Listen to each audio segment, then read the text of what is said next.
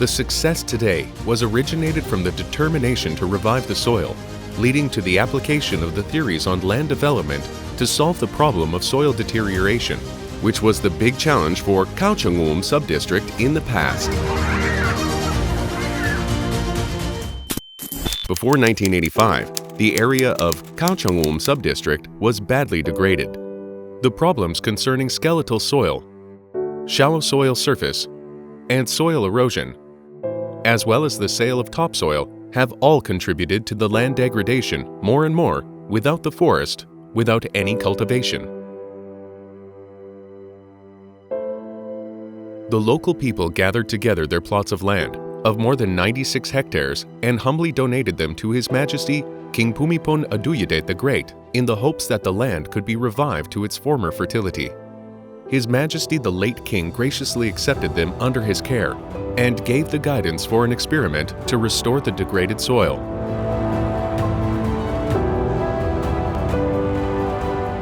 The implementation started with the development of water sources to be an asset for further developing the soil and forest.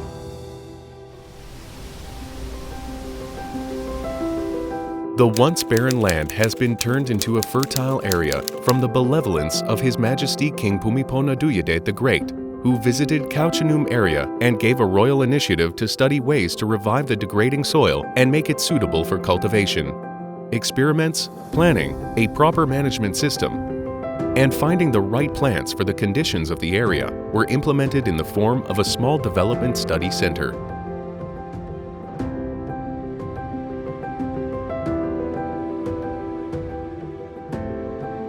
From that day on, the royal-initiated Khao-Changum Deteriorated Area Rehabilitation Study Project has embraced the royal guidance on developing the soil, water, forest, and agriculture in the implementation of the project. This also includes constructions of a reservoir, reforestation without planting, vetiver grass plantations, and the setting up of demonstration plots for sustainable integrated farming. So far, the project has become an important living natural museum of Ratchaburi province.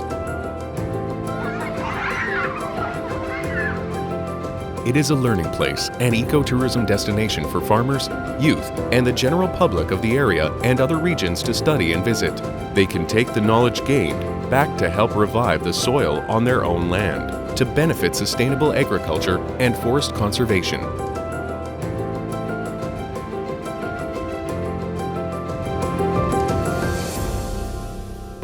Living Natural Museum, a learning ground. From degraded soil to fertile soil. The principle of land development through the promotion of the utilization of vetiver grass for soil and water conservation should be the fastest way to achieve desirable results and should help mitigate soil degradation. Once we are able to revive the degraded soil to its original state suitable for cultivation, that is, to be able to grow crops and raise livestock, then we will be able to increase the amount of land in accordance with the increasing number of farmers. We will also be able to reduce the destruction of upstream forests due to land encroachment for farming in the future. The utilization of vetiver grass is one of the development concepts, using nature to cure nature in the revival of degraded soil to its fertility. A demonstration area has been designated to provide knowledge on the cultivation of vetiver grass of various varieties, including information on how to use the grass to help prevent deep crevasses of soil erosion and to maintain soil moisture and conserve the soil and water according to the royal initiatives.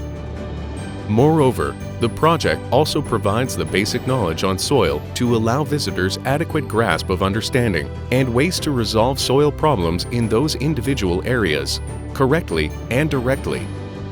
Demonstrations on soil enrichment using organic fertilizers in different ways and methods have been displayed to promote the use of organic fertilizers to Thai farmers.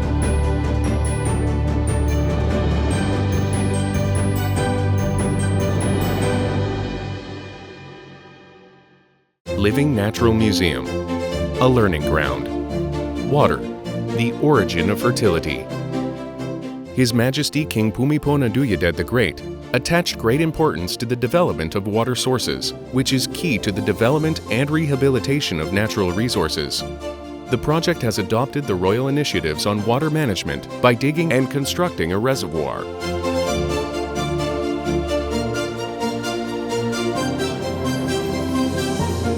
Renovating existing gravel ponds and building new water-retaining ponds to maintain moisture of the soil.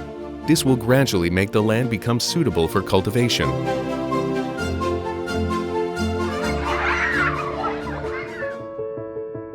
Living Natural Museum, a learning ground. Reforestation without planting. In the matter of the forest growing by itself, there is another place that you could easily visit without having to go too far. That is the Khao-Changum project in the province of Rajburi. That place is near a hill. The forest there was degraded. A forest is labeled a degraded forest when it has no more trees, that is, no more good trees. That the project was also begun about 7 years ago. When I went to see it about 2 years ago, after the forest had been left on its own for 5 years, there, nothing has been done, but the forest has regenerated and become a luxuriant forest. Not a single new tree had to be planted. That means that reforestation can be done mainly by leaving the forest alone. The trees will grow by themselves. In other words, don't disturb the trees. Don't ill-treat the trees. Just give them some protection, and they will grow by themselves. From the Royal Initiative of Reforestation Without Planting, given to the Royal-initiated Khao-Changum Deteriorated Area Rehabilitation Study Project to implement by allowing the forest to self-rehabilitate naturally and protecting deforestation. Today, the forest has regained its abundance with a variety of plants and animal species regenerating and returning to the area. The forest has become an important ecosystem learning place, bringing about the theory of reforestation without planting for interested people to learn the concepts and methods which can be taken back to practice on their own land.